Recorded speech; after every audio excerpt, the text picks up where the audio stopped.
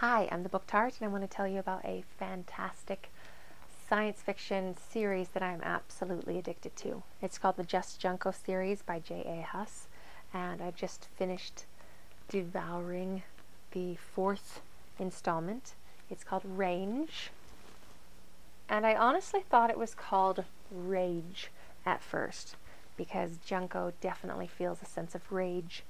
But you know what? She goes through a range of emotions, and she's on a course here that there's fate and destiny and free will and love and hate and justice and vengeance and insanity and purpose, and it's all tied up in this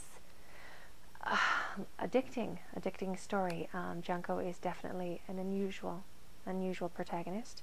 She's I love her, but she's definitely challenging. She was raised from an infant to be an assassin, to be a killer, and she's good at what she does. She's scary. She's badass. She has a mouth like a sailor. She swears a lot.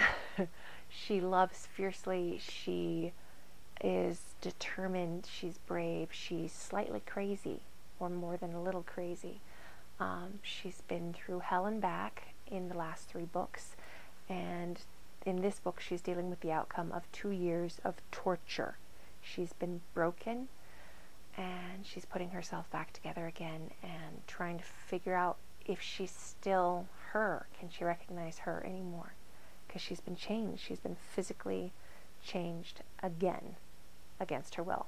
So many choices have been taken from her, and the people in her life who say they love her have been lying to her, and she's tired of the lies, and she's out to kick butt and take names. And there's the science fiction elements in this are fantastic.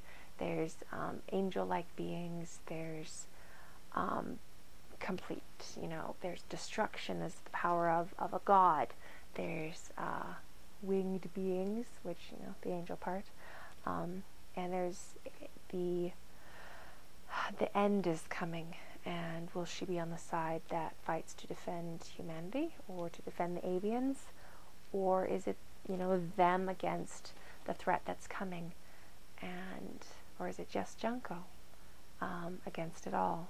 She really is tired, and she wants it to be done, but she also wants it to make sense and have a purpose. And I want so much for Junco. I want her to not just find peace, but to find happiness. And right now, I don't know how that's possible. But I'm hopeful. But anyway, this is, like I said, an addicting series. And I wanted to read to you a bit from toward the end of the book, when she's talking to one of her genetic siblings about fear. So, she says, Erin, the secret to fear is to accept the worst-case scenario. Embrace it as truth. That way, when it doesn't happen, you're better off than you were. And if it does come true, you're prepared. Of course, if death is the real end, then who gives a shit? You're done. That's the worst thing that can happen to you. You're done. And sometimes being done can sound pretty effing awesome. Silence again. Don't just accept fate, Erin. Change it to suit you. And don't just accept your destiny either. Meet it on your own terms. Go forward with courage, because fear gives you nothing in the end. It only takes away your dignity.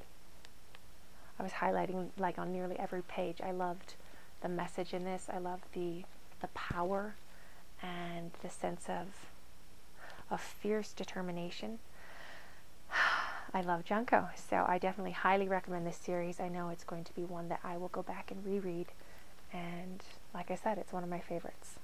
So thanks for the Book Tart.